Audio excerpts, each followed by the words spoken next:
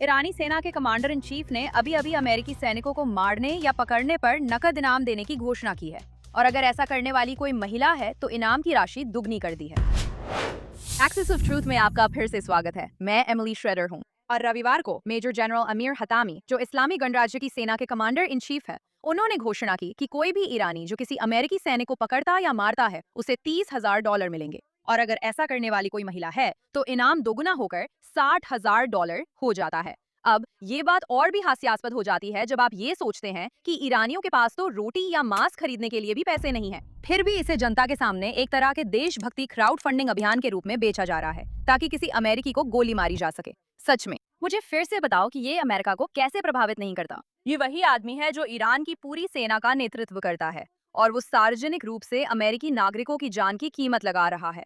और ये मत भूलिए कि ये शासन कितनी बार अमेरिकी राष्ट्रपति की हत्या की धमकी देता है। इसी बीच राष्ट्रपति ट्रंप अभी भी अपने बयान से उन्हें परेशान कर रहे हैं कि अमेरिका हॉर्मुज जलदमरू मध्य का मालिक है, जिससे खुद हतामी का ये छोटा सा गुस्सा भड़क उठा। जरा देखिए।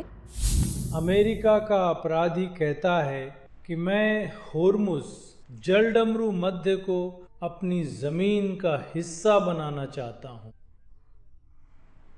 अपराध की घोषणा कर दूं। सबसे पहले तुम गलत कर रहे हो। वो जानबूझकर झूठ बोल रहे थे। कितना बड़ा गलत किया उन्होंने। कह दिया मजाक कर रहे हैं और उनका मजाक भी बहुत गलत है। अब उसने इसके बाद ये कहा कि इस्लामी गणराज्य के पास ऐसे संरक्षक हैं जो उसकी टांगे तोड़ देंगे। लेकिन ये सारी बकवास बातें सिर्फ हतामी से नहीं आ रही हैं। सांसद मोजद्बा जराग को ही ले लीजिए, जिन्होंने फारसी और अरबी दोनों में पोस्ट किया और जॉर्डन वासियों से अपील की कि जैसे ही ईरानी मिसाइलें अमेरिकी एयरबेस पर गिरे वे उस पर कब्जा कर लें और अमेरिकी सैनिकों को बंदी बना लें। एक और सांसद आमिर हुसैन साबेरी ने कहा कि जिन अरब देशों के नेता अमेरिकी ठिकानों की मेजबानी कर रहे हैं उन्हें भी इजरायली और अमेरिकी अधिकारियों के साथ साथ बदले का निशाना बनाया जाना चाहिए। उन्होंने तो अपनी ही सरकार के अधिकारियों को भी उन अरब देशों से माफी मांगने के लिए बेवकूफ कह दिया, जबकि शासन ने बार बार उनकी जमीन पर अमेरिकी ठिकानों और अन्य जगहों पर हमला किया था। लेकिन उस शख्स का क्या जो इस पूरी बातचीत की प्रक्रिया का नेतृत्व कर रहा है? घालीबाफ। यकीनन वो तो हिंसा की बात नहीं कर रहे होंगे, आखिरकार वो एक वार्ताकार है ना? असल में ऐसा नहीं है। इस हफ्ते वो सरकारी टीवी पर आए और कहा कि शासन ने असली जीत हासिल की है। जरा देखिए। मैं कहना चाहता हूं कि आज हम एक ऐसी युद्ध में हैं जिसमें अमेरिका और इजराइल शासन सबसे आगे हैं। हमारी जनता ने बहादुरी से, मर्दानगी से, ईमानदारी से, युद्ध कौशल के साथ, मैं एक सेवक के रूप में, एक भाई के रूप में जो काम की बारीकियों से वाकिफ है, पूरे दिल से कहता हूं, हम इस युद्ध में संस्थागत और राजनीतिक दृष्टि से सच मायनों में जीत चुके हैं। मैंने उस जंग के पहले इंटरव्यू में, रमजान जंग के बीच में इशारा किया था। मेरा मतलब इस जंग से यह नहीं था कि हम अमेरिकी सेना को नष्ट कर रहे हैं या ज़ायोनी शासन की सेना को नष्ट कर रहे थे, ऐसा नहीं। मेरा मतलब ये है कि अमेरिका और इजराइल ने साफ और तयशुदा मकसदों के साथ 9 साफ साफ घोषित, आधिकारिक, लिखित और बार बार कहे गए लक्ष्यों के साथ ये किया। मेरा ख्याल, उन्होंने कहा कि उन्होंने हम पर हमला किया लेकिन किसी भी मोर्चे तक पहुंच नहीं सके। यह अमेरिका की सबसे बड़ी पूरी हार थी। उनका मकसद ज़ायोनी शासन था।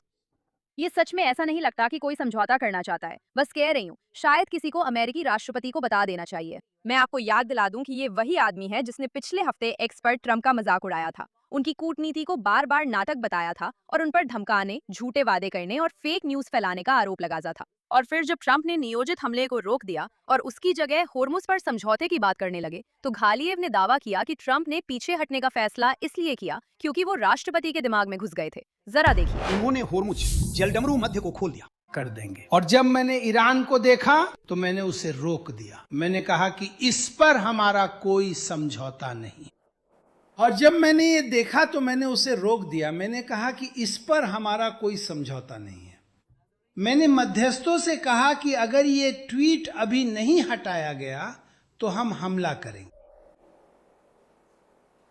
हमारा कोई समझौता नहीं है। मैंने मध्यस्थों से कहा कि अगर यह ट्वीट अभी नहीं हटाया गया तो हम हमला करेंगे, हम हमला करेंगे। जैसा मैंने कहा था, कृपया यहां आइए और नोट को ध्यान से देखिए। 58 मिनट बाद तराना बजाई जाएगी। समझौता ज्ञापन। इस्लाम नहीं है क्या? ये बातचीत, ये युद्ध। यही तो बातचीत का मतलब है, लड़ाई। खैर, उन्होंने हाल ही की अपनी टिप्पणियों में अनजाने में ये भी स्वीकार किया कि ईरानी लोगों को असल में ऐसा महसूस नहीं हुआ कि वे जीते हैं, जो कि समझ में आता है। उनके शब्दों में, शासन अपनी ही जनता को ये जीत सही तरीके से समझा नहीं पाया है। तो बस आपकी जानकारी के लिए, अगर आपको उन लोगों को जीत समझानी पड़े जिन्होंने इस जीत को खुद जिया है, तो वो असल में जीत थी ही नहीं। ईरानी जनता इस शासन के साथ नहीं है और गालिबाफ और पूरा शासन उनका प्रतिनिधित्व नहीं करता। लेकिन जब गालिबाफ सरकारी टीवी पर अपनी शेखी बघार रहे थे, तो देखिए शासन अपना समय और किस पर बर्बाद कर रहा है। उन्होंने रविवार सुबह शाराम नाम के एक युवक को फांसी दे दी। उस पर सुरक्षा से जुड़े अपराधों और 8 जनवरी को करज में हुए विरोध प्रदर्शन के दौरान जानबूझकर पुलिस अधिकारियों को गाड़ी से कुचलने का आरोप लगाया गया था। तो जब सेना अमेरिकियों पर इनाम रख रही है और संसद अध्यक्ष वार्ताकार टीवी पर तथाकथित जीत का जश्न मना रहे हैं, न्यायपालिका अभी भी 7 महीने पहले हुए विरोध प्रदर्शनों को लेकर ईरानियों को फांसी दे रही है। जीत? इस बीच जिस अर्थव्यवस्था में वे खुद को विजयी मानते हैं, वो उनके नीचे बिखर रही है। ईरान की अपनी खाद्य और औषधि प्रशासन ने स्वीकार किया है कि देश में 2/3 दवाओं की कीमतें मार्च से अब तक 2 बार बढ़ चुकी हैं और आयातित दवाओं को समुद्री मार्ग से मंगाने की लागत $3000 थी, जबकि हवाई मार्ग से ये $30,000 तक पहुंच गई। यही वही 30,000 है जो हतामी एक अमेरिकी को मारने के लिए देने की पेशकश कर रहे हैं। इसी पैसे से बीमार ईरानियों के लिए दवाएं मंगवाई जा सकती थीं, लेकिन नहीं। इस शासन के लिए प्राथमिकता हमेशा आतंक और हिंसा का निर्यात करना ही है।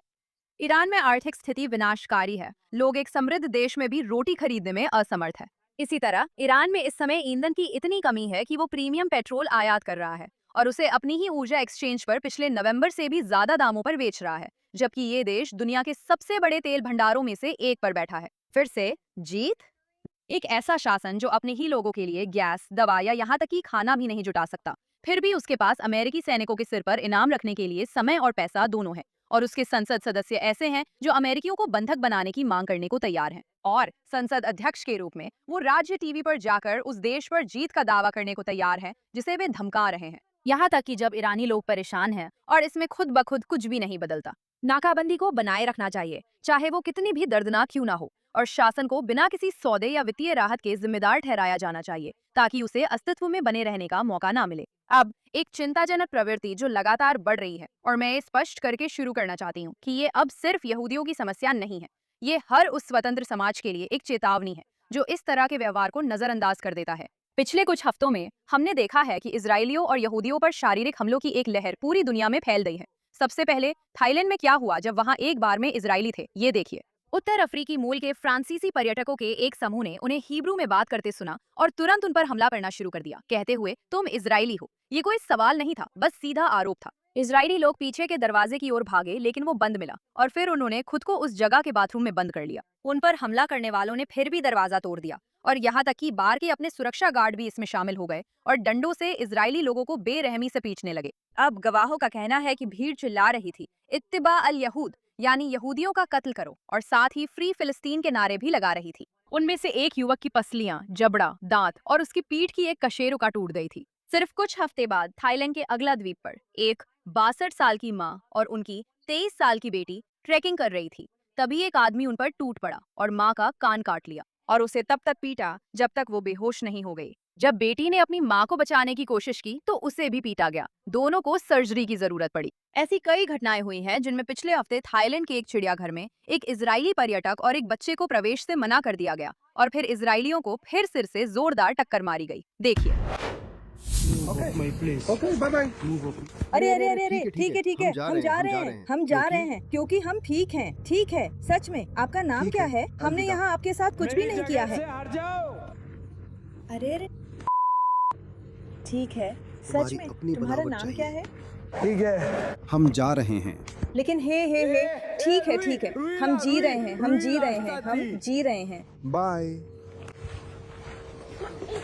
मैं सोचती हूँ कि उनके विचार क्या हैं। खैर, अब बेलफास्ट की खबर पर आते हैं। तो ये अभी इसी वीकेंड हुआ। योनाथन रावे और डाव अब्बास, हमारे पत्रकार I24 न्यूज में यूरोप में बढ़ती यहूदी विरोधी भावना पर एक डॉक्यूमेंट्री बना रहे हैं और आयरलैंड में एक बार डिस्ट्रिक्ट के पास सड़क पर लोगों का इंटरव्यू ले रहे हैं। एक स्थानीय आदमी ने समझ लिया कि वे एक इजरायली नेटवर्क से है। उसने इजराइल की ऐसी तैसी चिल्लाया और फिर उनके हाथ से कैमरा छीनने की कोशिश की। जब वो काम नहीं आया तो उसने अब्बास के सिर पर एक कांच का बियर मग फेंक दिया, जिससे सिर पर गहरी चोट आ गई, जिसे इलाज की जरूरत थी। चलिए देखते हैं। ठीक है, क्या चल रहा है? उसे मत छुओ। समस्या क्या है? मुझे रिकॉर्ड करना बंद करो, कृपया सर, पुलिस, कृपया। What's the problem? What? Touch me. Don't touch him. What's the problem? Stop recording me. Please, mister. Police, please. तुम मुझे किस लिए बुलाते हो? अरे गाड़ी। Don't touch him. What are you recording me for? We're going to the police. We're going to the police. You want to go to the police? We're going to the police. Yes. You want to go to the police? Yes. Don't. मुझे मत छुओ। Hey. You want to record me? What are you recording me Hey, for? you security. pervert? अरे मुझे मत छुओ। अरे तुम मुझे रिकॉर्ड करना चाहते हो? क्या रिकॉर्ड कर रहे हो? अरे सिक्योरिटी कृपया, क्या पुलिस कृपया, तुम मुझे क्यों बुला रहे हो? हाँ बिल्कुल, रिकॉर्डिंग बंद करो। फेमस। सब बढ़िया है। क्या उसने तुम्हें बोतल से मारा या नीचे गिरा दिया? उस आदमी पे हमला कर रहे हो? मैं कप्तान हूँ दोस्तों। अविश्वसनीय दृश्य। वे यहूदी विरोधी भावना के बारे में रिकॉर्डिंग कर रहे हैं और वे खुद भी इसके शिकार हैं। खैर, फिर लास वेगस है और इसमें मैं वास्तव में वहां थी। मेरे साथी वास्तव में योसेफ हद्दाद, जो एक अरब इजरायली ईसाई हैं और IDF की गोलान ब्रिगेड के पूर्व सैनिक हैं, ने डिजिटल सोशल आर पॉडकास्ट पर 10 इजराइल विरोधी कार्यकर्ताओं के साथ बहस की। अब प्रतिभागियों में से एक थे डेनिस फेटोसा, जिन्हें डेफ नूडल्स के नाम से भी जाना जाता है, जिन्होंने हाल ही में कैलिफोर्निया के 30वें जिले से कांग्रेस के लिए चुनाव लड़ा था और प्राइमरी में 5% से भी कम वोटों के साथ हार गए। और उन्होंने पूरी रिकॉर्डिंग के दौरान योसेफ पर चिल्लाते हुए उन्हें नरसंहार करने वाला, गंदा पागल और बच्चों का हत्यारा कहा, सिर्फ इसलिए क्योंकि उन्होंने अपने देश की सेवा की थी। उन्होंने बहस के दौरान योसेफ पर 2 बार हमला भी किया, लड़ाई भड़काने की कोशिश की और फिर मेज के चारों ओर ऐसे आए जैसे उन पर हमला करना चाहते हों, लेकिन दूसरों ने उन्हें रोक लिया। इसके बाद वो पार्किंग में इंतजार करते रहे और जब योसेफ कुछ फिल्मा रहे थे तो उन्होंने पीछे से कायरता दिखाते हुए योसेफ का गला दबाने की कोशिश की। अब 2 राहगीरों ने फेतोसा को योसेफ से अलग किया, जब योसेफ ने आत्मरक्षा में पलटकर एक मुक्का जड़ दिया। आप खुद देख सकते हैं। और हाँ, वो सच में मैं ही रिकॉर्ड कर रही हूँ। जैसा कि मैंने कहा, मैं मौके पर मौजूद थी और ये असल में तीसरी बार था जब फेतोसा ने योसेफ पर हमला करने की कोशिश की। मेरा मतलब है, ये तो बिल्कुल बेहुदा हरकतें थी और ये आदमी निक फुएंटेस और दूसरे नव नाजियों से जुड़े ग्रोएपर हल्कों का हिस्सा है। तो ये बहुत ही चिंता की बात है कि ऐसा हुआ। लेकिन इसके तुरंत बाद योसेफ ने वास्तव में लास वेगस पुलिस के पास एक पुलिस रिपोर्ट दर्ज करवाई। लेकिन मेरे लिए ये दिलचस्प है क्योंकि ये एक खास शुभ दिन पर हुआ था जो मेरे जहन में बस गया। ये वही दिन था जब योसेफ खुद 20 साल पहले लेबनान में IDF के एक सैनिक के रूप में हिजबुल्लाह की मिसाइल से घायल हुए थे। 2 दशक के अंतराल में भी हम वही समस्या देख रहे हैं। जब लोग तर्कों से उन्हें नहीं हरा पाते तो वे उन्हें मुक्कों से या कुछ मामलों में मिसाइलों से हराने की कोशिश करते हैं। अगली घटना वर्जीनिया के ओल्ड टाउन अलेक्जेंड्रिया में एक ब्रोज सलून में हुई। इस सलून का नाम करीनी ब्रोज है, जिसकी मालिक फताना करीमी नाम की एक महिला है। एक इजरायली अमेरिकी ग्राहक अपनी नियमित अपॉइंटमेंट के लिए वहां गई थी और वो, जो उन्हें लगा कि उनकी एस्थेटिशियन के साथ एक गर्मजोशी भरी बातचीत थी, उस उपन्यास के बारे में जो उन्होंने लिखा था, जिसमें यहूदी और मुस्लिम किरदारों के बीच किसी तरह की दोस्ती को दिखाया गया था। अब जैसे ही करीनी को पता चला कि वो ग्राहक इजरायली है, उन्होंने उसे बाहर निकाल दिया। उस पर झूठा आरोप लगाया कि वो राजनीति की बातें कर रही है, जबकि असली समस्या क्या थी ये साफ था। सबसे बुरी बात ये थी कि उन्होंने सचमुच उस महिला की जमा राशि रख ली, उसे वापस करने से इनकार कर दिया, फिर उसकी बिना अनुमति के वीडियो बनाई और खुद ही उसे पोस्ट कर दिया। इजरायली ग्राहक पर हमला करते हुए साथ ही वो बार बार ये जोर देती रही कि वो राजनीति के बारे में बात नहीं करना चाहती। वर्जीनिया कानून विशेष रूप से किसी भी सार्वजनिक स्थान पर राष्ट्रीय मूल के आधार पर भेदभाव करने पर रोक लगाता है। तो ये कोई अस्पष्ट मामला नहीं है, ये एक अपराध है जिसे उसने खुद अपने कैमरे में रिकॉर्ड किया है। जरा देखिए। इसका मतलब है कि आपने एक फोटो पर साइन किया और एक रिलीज दी, लेकिन वो बस बार बार कहती रही इजराइल इजराइल मेरी राजनीति। नहीं, बिल्कुल भी नहीं। मैंने आपसे विनम्रता से कहा था कि राजनीति की बात ना करें। नहीं, मुझे ऐसा नहीं सिखाया गया था। मुझे लगा हम अफगानिस्तान के बारे में बहुत अच्छी बातचीत कर रहे थे, जैसे कि एक संस्कृति के बारे में जो मुझे सच में पसंद है। नहीं, कोई बात नहीं। धन्यवाद। और मुझे ये बहुत पसंद है। मैं बार बार कहती रही ये बहुत शानदार है और मुझे जो आप कर रही हैं वो सब बहुत अच्छा लगता है, लेकिन मैंने आपको मेरी जमा राशि मुझे वापस कर देनी चाहिए। मुझे बिल्कुल अंदाजा नहीं था कि आप ऐसा करेंगे। प्रशंसक जब आप इस तरह की बातें कहती हैं, इजरायली अमेरिकी, और फिर मैं ऐसी बातें कहती हूँ जैसे मैं डरावनी चीजों में सच में कुछ नहीं कहती, लेकिन आप मैं स्पेस इजराइल कर में रही हैं। विश्वास नहीं करती। जो कि बिल्कुल ठीक है, आप जितना चाहें अपनी बात का बचाव कर सकती हैं, लेकिन ये मेरा मामला है, ये मेरी परेशानी है, लेकिन आपको मेरी डिपॉजिट वापस करनी चाहिए और अगर आप नहीं करती तो मुझे कानूनी कार्रवाई करनी पड़ेगी। एक पूरी तरह से चोर, और मैं उम्मीद करती हूँ कि उन्हें कानून के तहत पूरी तरह से जवाबदेह ठहराया जाए और उनका कारोबार बंद हो जाए। लेकिन आखिरकार कम से कम इस चर्चा के लिए मैनहट्टन। और ये घटना शुक्रवार रात को सेंट्रल सिनेगॉग में शब्बात प्रार्थना सभा के दौरान हुई थी। 46 साल के एक व्यक्ति जिनका नाम लैरी मॉन्टेज है ने जबरदस्ती अंदर घुसकर गलियारे में नीचे की ओर बढ़ते हुए यहूदी विरोधी गाली देना शुरू कर दिया। अब जब सुरक्षाकर्मी उसे बाहर ले जा रहे थे तो उसने 63 साल के एक श्रद्धालु के चेहरे पर मुक्का मारा, फिर सुरक्षा गार्ड पर थूका और उसे सिर से मारा। डिटेल पर तैनात एक NYPD सार्जेंट ने मौके पर ही उसे पकड़ लिया।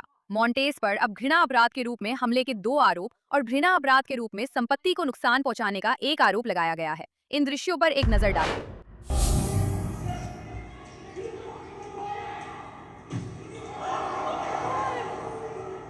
अब आप वहां पूरी घटना नहीं देख पा रहे हैं, लेकिन जाहिर है कि ऐसा कुछ भी किसी भी तरह की शब्बात प्रार्थना सभा में और वास्तव में किसी भी धार्मिक समुदाय में कभी नहीं होना चाहिए। लेकिन ये तथ्य कि यहूदी समुदाय के साथ ऐसा लगातार हो रहा है, ये बहुत स्पष्ट रूप से मेयर मामदानी जैसे लोगों का नतीजा है। NYPD कमिश्नर जेसिका टेश, जो वास्तव में उसी सिनेगॉग में बड़ी हुई हैं, ने इसे एक बेहद दर्दनाक घटना बताया और कहा कि एक पूजा स्थल को कभी भी अपराध स्थल नहीं बनना चाहिए। ये तो स्पष्ट है। और फिर भी अगर आप आंकड़ों को देखें तो पिछले महीने न्यूयॉर्क सिटी में सभी घृणा अपराधों में से 70% यहूदियों के खिलाफ हुए, जबकि वे आबादी का केवल 10% ही हैं। ये बहुत स्पष्ट है कि क्या हो रहा है। थाईलैंड में एक बार, बेलफास्ट में एक फुटपाथ, वेगस में एक पार्किंग लॉट, वर्जीनिया में एक सैलून की कुर्सी, मैनहट्टन में एक पूजा स्थल, और ये तो हाल की कुछ ही घटनाएं हैं। इन लोगों में से कोई भी सैनिक नहीं था। वे पर्यटक या पत्रकार थे, एक बहस के मेहमान, एक ग्राहक, प्रार्थना करती हुई एक दादी। लेकिन यहाँ जो बात समान है वो है हमलावरों का ये समझना कि उन्हें यहूदियों के साथ कुछ भी करने का हक है और उन्हें अमानवीय समझना। कहीं ऑनलाइन किसी ने ये तय कर लिया कि इजरायली और अब व्यापक रूप से यहूदी जैसे ही उनकी पहचान हो जाती है, उन्हें शारीरिक सुरक्षा का कोई अधिकार नहीं है। और हैरानी की बात है कि लाखों लोग इस सोच को मान रहे हैं। कोई भी कारण, चाहे आप उसे कितना भी सही क्यों न माने, आपको किसी दूसरे इंसान पर हाथ उठाने का अधिकार नहीं देता। भले ही आप मानते हो कि कोई युद्ध अपराधी है, फिर भी आपको न्यायाधीश, जूरी और जल्लाद बनने का हक नहीं है। जिस पल हम किसी के खिलाफ सिर्फ इसलिए हिंसा स्वीकार कर लेते हैं कि वे कौन है या वे क्या मानते हैं, उसी पल वो सामाजिक अनुबंध जो स्वतंत्र समाजों को चलने देता है खत्म हो जाता है। ये हमेशा यहूदियों से शुरू होता है, लेकिन कभी भी वही नहीं रुकता। ये अभिव्यक्ति की स्वतंत्रता, धर्म की स्वतंत्रता और सार्वजनिक रूप से मौजूद रहने की बुनियादी आजादियों को धीरे धीरे खत्म कर देता है, जब तक कि वे सारी मूल्य ही नष्ट न हो जाएं, जिन पर स्वतंत्र दुनिया की नींव रखी गई थी। यहूदियों के खिलाफ हिंसा को सहन करना पूरी दुनिया में इन झूठी नैतिक श्रेष्ठता के नाम पर सामान्य बना दिया गया है, ठीक वैसे ही जैसे 1930 के दशक में यूरोप में हुआ था। उस समय की सभी सामाजिक समस्याओं के लिए यहूदियों को बलि का बकरा बनाया जाता है, लेकिन ये लोग ये भूल जाते हैं कि हर वो समाज जिसने अपने यहूदियों के खिलाफ रुख अपनाया है, वो बहुत जल्दी खुद ही नष्ट हो गया है। और ऑस्ट्रेलिया, यूरोप, उत्तरी अमेरिका की हालत देखकर लगता है कि वे सामाजिक आत्महत्या की ओर तेजी से बढ़ रहे हैं। इस समय केवल समय ही बताएगा कि क्या अब बहुत देर हो चुकी है। और अब हमेशा की तरह हमारे पास इस हफ्ते की अच्छी, बुरी और बेहद खराब खबरें हैं। मैं इस हफ्ते की अच्छी खबर से शुरू करना चाहती हूँ। इस हफ्ते वेनेजुएला से 2 बड़ी घटनाएं सामने आई हैं। पहली, इजरायली रक्षा बल ने वही किया जो वो हमेशा करता है। जून में वेनेजुएला में दोहरे भूकंप आए, जिनमें दुखद रूप से 5000 से अधिक लोगों की मौत हो गई। और कुछ ही दिनों में इजरायल ने ब्रिगेडियर जनरल एलिड एड्री के नेतृत्व में एक प्रतिनिधिमंडल वहां भेज दिया। वेनेजुएला में कोई दूतावास नहीं है और 2009 से हमारे कोई राजनयिक संबंध भी नहीं है, लेकिन इससे फर्क नहीं पड़ता, क्योंकि जब भी कोई त्रासदी आती है, इजरायल हमेशा मदद के लिए मौजूद रहता है। होम फ्रंट कमांड के 30 लोगों ने 1300 क्षतिग्रस्त इमारतों का सर्वेक्षण किया और वेनेजुएला को एक पूरा राष्ट्रीय पुनर्निर्माण योजना सौंपी, जिसे आमतौर पर महीनों लगते हैं, लेकिन इस बार कुछ ही दिनों में मंजूरी मिल गई। उन्होंने ये सब कुछ IDF की वर्दी में किया। वेनेजुएला की 5000 सदस्यीय यहूदी समुदाय के साथ वे शब्बात डिनर पर भी गए जब वे वहां थे। अब एड्री ने कहा कि वहां के लोगों की आंखों में सिर्फ IDF की वर्दी को पास से देखकर ही आंसू आ गए थे।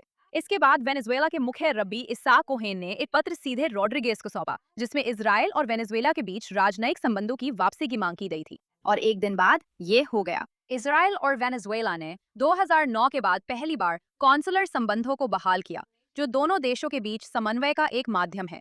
दोनों सरकारों ने वेनेजुएला की यहूदी समुदाय को उनके बीच दोस्ती का एक महत्वपूर्ण ऐतिहासिक पुल बताया। 17 साल तक कुछ नहीं हुआ और जो इसे वापस लाया वो था आईडीएफ की खोज और बचाव टीम का मदद के लिए आना। अब वेनेजुएला में बस मरिया कोरिना मचाडो की ही कमी है। और अब बुरी खबर, राष्ट्रपति ट्रंप ने पेंटागन को आदेश दिया है कि वो अमेरिका और दक्षिण कोरिया के संयुक्त सैन्य अभ्यासों को कम कर दे। ऐसा लगता है कि उन्होंने ये कदम इसलिए उठाया है क्योंकि सियोल ने संयुक्त राज्य अमेरिका को ईरान को परमाणु हथियारों से मुक्त करने में मदद करने से इनकार कर दिया। खैर, ये दक्षिण कोरिया की तरफ से गलत कदम है और राष्ट्रपति ट्रंप की प्रतिक्रिया भी गलत है। दरअसल ट्रंप ने उत्तर कोरिया के तानाशाह किम जोंग उन के साथ अपने बहुत अच्छे संबंधों का हवाला दिया। सच में तो एक लोकतांत्रिक सहयोगी अमेरिका की मध्य पूर्व नीति में शामिल होने से इनकार कर देता है और वॉशिंगटन की प्रतिक्रिया ये है कि वो एक परमाणु हथियार संपन्न तानाशाही के खिलाफ सैन्य तैयारियों को कमजोर कर देता है और मानवता के खिलाफ उनके अपराधों पर पर्दा डालता है। ये तो छोड़ ही दीजिए कि अब वो सहयोगियों के साथ सैन्य अभ्यास को राजनीतिक रंग दे रहा है।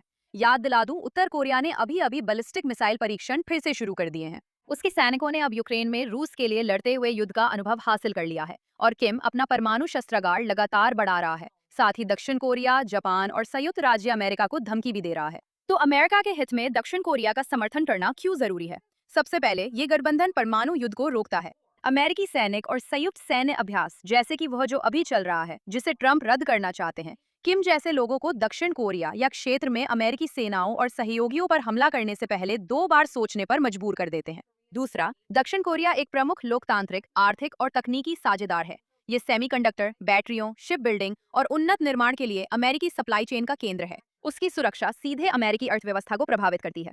तीसरा, अमेरिकी विश्वसनीयता दांव पर है। जापान, ताइवान और हर अन्य अमेरिकी सहयोगी ये देख रहे हैं कि वॉशिंगटन दक्षिण कोरिया के साथ कैसा व्यवहार करता है। अगर अमेरिका रक्षा प्रतिबद्धताओं को सौदेबाजी के औजार में बदल देता है तो चीन, रूस और इस्लामी शासन सभी इसका नोटिस लेंगे। ये बयान अमेरिका के सहयोगियों को खतरे में डालते हैं और अमेरिका के दुश्मनों को फायदा पहुंचाते हैं। उत्तर कोरिया कोई सामान्य तानाशाही सरकार नहीं है जिससे अमेरिका असहमत है। ये आधुनिक इतिहास के सबसे क्रूर सर्वसत्तावादी राज्यों में से एक है। यही है जिसे वॉशिंगटन इनाम दे रहा है, जबकि एक लोकतांत्रिक सहयोगी को सजा दे रहा है।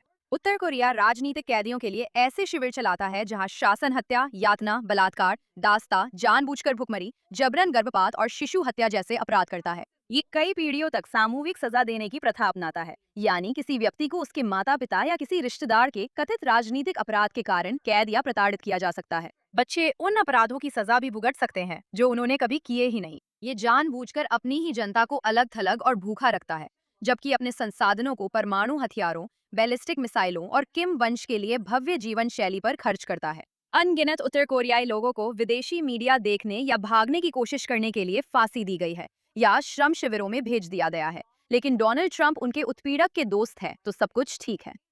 अमेरिका के सहयोगी संयुक्त राज्य अमेरिका पर कैसे भरोसा कर सकते हैं अगर वॉशिंगटन हर नीति असहमति पर लोकतांत्रिक साझेदारों को दंडित करता है, जबकि तानाशाहों को रियायतें और प्रशंसा देता है क्योंकि राष्ट्रपति को उनके साथ अपने व्यक्तिगत संबंध पसंद हैं। दक्षिण कोरिया को पूरा अधिकार है कि वो इस्लामी शासन के खिलाफ किसी अभियान में भाग ले या नहीं। मुझे लगता है कि उन्हें भाग लेना चाहिए। अमेरिका को भी असहमत होने का पूरा अधिकार है, लेकिन कोरियाई प्रायद्वीप की रक्षा को कमजोर करना सियोल के नेताओं को उनकी स्थिति के लिए दंडित नहीं करता। ये किम जोंग उनको इनाम देता है और ये बहुत बुरा है। और जब बात बदसूरत चीजों की हो रही है तो हमारे हफ्ते की सबसे बदसूरत कहानी, एक अजीब और घटिया इंसान जिसके बारे में हमने इस शो में पहले भी बात की है, डैन बिल्जेरियन, या जैसा मैं उसे कहती हूँ, गिरा हुआ डैन, बिगड़ा हुआ। डैन ने फ्लोरिडा के 6ठे जिले में रिपब्लिकन प्राथमिक चुनाव के मतपत्र पर प्रतिनिधि रैंडी फाइन के खिलाफ चुनाव लड़ने का फैसला किया और उसका चुनाव अभियान असल में पूरी तरह से हॉलोकॉस्ट से इनकार करने वाला एक ऑपरेशन था जिसमें मतपत्र पर उसका नाम भर जुड़ा था। प्राइमरी से पहले उसके चुनाव अभियान के अकाउंट ने एक AI जनरेटेड वीडियो पोस्ट किया जिसमें फाइन, जो यहूदी है, को मोटा यहूदी और शैतान का डरावना छोटा चेला कहा गया। साथ ही दर्शकों से ये भी पूछा गया कि क्या उन्हें उस ऑस्ट्रियाई चित्रकार की राय पर फिर से विचार करना चाहिए। हाँ, हिटलर। वीडियो में उसने फाइन को शैतानी सींग दिए और कहा, हमें केवल अमेरिका चाहिए और कभी भी इजराइल नहीं। एक विश्लेषण में यह भी दिखाया गया कि बिल्जेरियन की फाइन के बारे में सभी पोस्टों में से 33% यहूदी विरोधी थी। अब ठीक उस वीडियो से पहले किसी ने वास्तव में फाइन के एक प्रचार बोर्ड पर स्वास्तिक का चिन्ह स्प्रे पेंट कर दिया था और बिल्जेरियन की प्रतिक्रिया इसकी निंदा करने की नहीं थी। उसने अपनी खुद की एक नकली AI वीडियो जारी की जिसमें फाइन पर खुद पर हुए नफरती अपराध का नाटक खुद ही रचने का आरोप लगाया। यहाँ तक कि जब TMZ ने बिल्जेरियन से सीधा पूछा कि क्या हिटलर यहूदी विरोधी था तो उसने इस सवाल का जवाब नहीं दिया। और अब यहाँ मामला और भी उलझ जाता है। फाइन के वकील ने पिछले हफ्ते लेक काउंटी कमिश्नर एंथनी सबाटिनी को एक सीज एंड डेसिस नोटिस भेजा जो चुनाव लड़ रहे थे। एक अनरजिस्टर्ड संगठन जिसका नाम फ्लोरिडा फर्स्ट एक्शन नेटवर्क है, जिसने टीवी विज्ञापनों, मेलर्स और टेक्स्ट मैसेजेस में लाखों डॉलर्स खर्च कर दिए फाइन पर हमला करते हुए, लेकिन कभी भी संघीय चुनाव आयोग के साथ कोई डिस्क्लोजर रिपोर्ट दाखिल नहीं की। अब फाइन के वकील ने लिखा कि उनके पास हर वजह है ये मानने की कि ये पैसा संयुक्त राज्य अमेरिका के बाहर से आया है, और एक फुटनोट में कहा कि क्योंकि ये संस्था हर मायने में एक कागजी संस्था है, उन्होंने ये भी खारिज नहीं किया है कि इसे किसी दुश्मन विदेशी सरकार द्वारा फंड किया जा रहा है। और सबाटिनी यहाँ कोई बाहरी खिलाड़ी नहीं है, वो बिल्जेरियन के चुनावी अभियान की पेरोल पर भी है। उन्हें लगभग $10,000 का भुगतान किया गया है और बिल्जेरियन का अभियान मुख्यालय सबाटिनी के अपने लॉ ऑफिस में ही दर्ज है। कितना सुविधाजनक है। और बिल्जेरियन का अपना पैसा कहाँ से आता है? उन्होंने अपनी जेब से अपने अभियान को $1 मिलियन उधार दिए, जबकि उनकी सबसे बड़ी सूचीबद्ध संपत्ति एक कंपनी में 146 मिलियन शेयर है, जो फिलहाल संघीय आरोपों का सामना कर रही है, जिसकी कीमत $1 प्रति शेयर बताई गई है, लेकिन किसी ने भी स्वतंत्र रूप से उसका मूल्यांकन नहीं किया है। उनके अपने पिता पर भी संघीय धोखाधड़ी के आरोप है, जिन पर आरोप है कि उन्होंने डैन के व्यवसायों में पैसे डाले, जबकि खुद उन पर 180 मिलियन से अधिक की अदालती देनदारियां हैं। तो उनकी अपनी वित्तीय स्थिति और उनके लिए हमलावर विज्ञापन चलाने वाले छद्म संगठन के बीच इस अभियान को वास्तव में कौन फंड कर रहा है, इस पर सीधा जवाब मिलना मुश्किल है। सच कहूं तो यह तथ्य कि यह चुनाव थोड़ा भी प्रतिस्पर्धी था, आपको यह बताता है कि रिपब्लिकन पार्टी के कुछ हिस्से किस दिशा में जा रहे हैं। नाजी के प्रशंसकों जैसे कि डीजेनरेट डैन का किसी भी राजनीतिक पार्टी में स्वागत नहीं होना चाहिए। दुर्भाग्य से इस हफ्ते हम वही हैं। आशा करते हैं कि अगले हफ्ते हमारे पास साझा करने के लिए और सकारात्मक कहानियां होंगी, लेकिन फिलहाल इसी के साथ इस हफ्ते का हमारा शो समाप्त होता है। अगर आप इस्लामी गणराज्य या इजराइल से जुड़ी हर घटना की जानकारी रखना चाहते हैं, तो सुनिश्चित करें कि आप मुझे एक्स और इंस्टाग्राम पर फॉलो कर रहे हैं। मैं एमिली शेडर हूँ और ये था एक्सेस ऑफ ट्रूथ JNS पर। अगले हफ्ते फिर मिलेंगे।